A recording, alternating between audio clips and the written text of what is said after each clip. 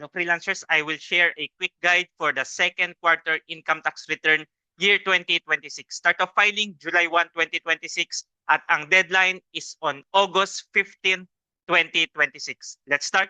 Take note guys, para lang po ito sa freelancer na gumagamit ng 8% income tax rate. Scenario 2 po tayo, freelancer with more than 250,000 ang income or yung meron pong tax payable. First step sa income summary. So ito po ang income ko for the second quarter. Ang second quarter po is from April 1 until June 30. So month of April, 100K. Month of May, 150K. And month of June, 200K. Total of 450,000 ang aking second quarter income. And then proceed po tayo sa EBIR. Ito po yung bagong version ng EBIR, downloadable po sa BIR website, version 7.9.6.0.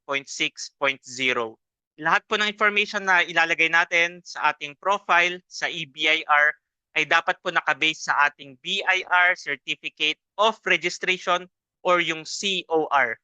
Nandito rin po sa COR natin nakalagay kung ano po yung pinafile natin. Nandito po sa tax types. So yung pinafile nating quarterly ITR, ito po siya.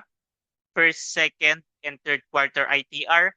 Wala pong fourth quarter ITR. Siya na po yung annual income tax return. So very important po yung COR natin. Nagpa-file tayo dahil nandito po siya sa ating registration. So proceed na po tayo. Sa case ko po, since nakasave na po sa profile ko yung information ko, ilalagay ko lang po yung taxpayer identification number ko. Then i-click lang po natin yung tab. Mag-auto fill out na po yung information natin pag nakasave na po siya. Pero pag hindi pa, again po, dapat nakabase sa COR tapos i-triple check po natin, dapat tama lahat po yung nasa profile natin. Dito na po tayo sa list of BIR forms. Click natin yan. Hanapin natin yung 1701Q version 2018, yung pinaka-updated po na quarterly ITR. Click natin yan. Click fill up. Click OK. Start na po tayo. Number 1, year 2026. Number 2, second quarter. Number 3, no. 4-0.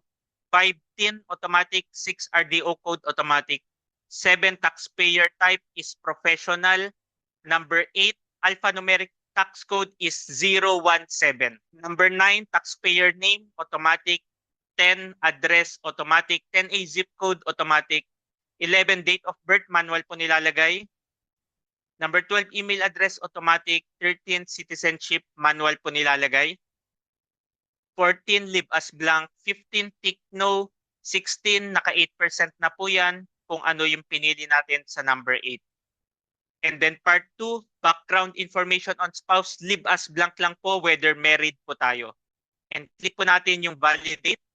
Validation successful, ibig sabihin po na fill out ko na lahat ng required information sa page 1. Click OK. Click edit dahil meron pa po tayong i-fill out sa page 2. And then click next. Dito po tayo sa schedule 2 for 8% income tax rate. 47A, income for the second quarter. Balik po tayo sa income summary. So 450,000. Dito yan. 48A, 0. 49, automatic. 50A, total taxable income ng previous quarter. So meron po akong previous quarter dahil ang fina-file po natin ngayon ay second quarter. Ang previous quarter ko po ay first quarter ITR. Sabi dito, item 51 of previous quarter. Ito po yung ITR ko ng first quarter. Number 51. Ayan, 300,000. Siya po yung ilalagay ko dito sa number 50. 300,000.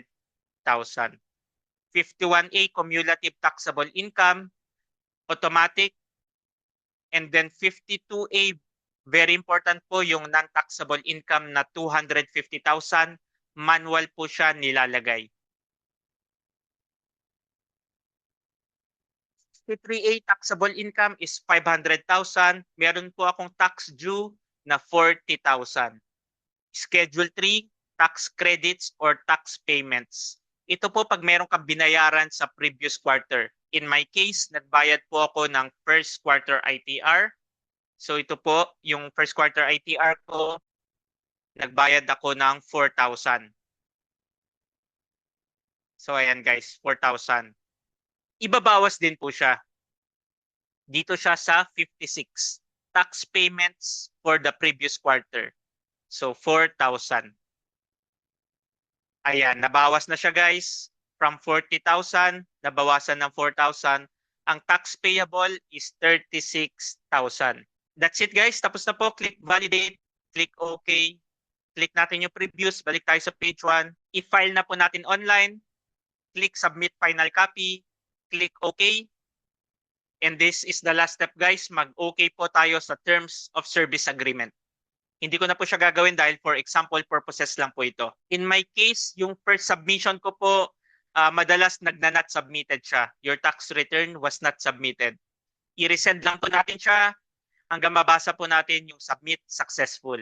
And then pwede nyo rin po itong i-screenshot yung submit successful as backup na nakapag-file na po tayo. Meron din po kasing case na wala pong nare-receive na BIR tax return receipt confirmation or yung BIR email confirmation. And then pag na-receive na po natin sa email natin, yung BIR tax return receipt confirmation, pwede na po tayo mag-proceed sa payment. So pwede po yan sa bangko and pwede rin po online kagaya ng Maya. Ipapakita ko po yung final output. So ito po siya guys, 4 pages siya. Page 1 ng ITR. I-print out po natin ng PDF. Tapos i-merge po natin ng isang file and then i-save po natin online, pwedeng Dropbox or Google Drive para safe po ang ating mga BIR records. Page 2, page 3, ito po yung mare-receive natin sa ating email. Pag na-receive na natin ito, pwede na natin siyang bayaran online. Kami po ang ginagamit namin, Maya. So ito po yung example. Pwede nyo na rin itong gayahin as reference. Ang magkaiba lang, siyempre yung amount, yung RDO code, saka yung email. Other information, pareho po yan. Return period, tax type, form type code, and then TIN branch code. So that's it guys. Tapos na po tayo. So that's it guys. Again po, start of filing July 1, 2026 at ang deadline is on August 15, 2026. Mag-file na po tayo ng maaga para hindi na po tayo malate at maiwasan po natin ang penalty. For your questions and concerns sa support group na lang po natin, Freelancers BIR Tax Compliance Support Group. More power sa freelancing business mo, more clients to come. Stay safe.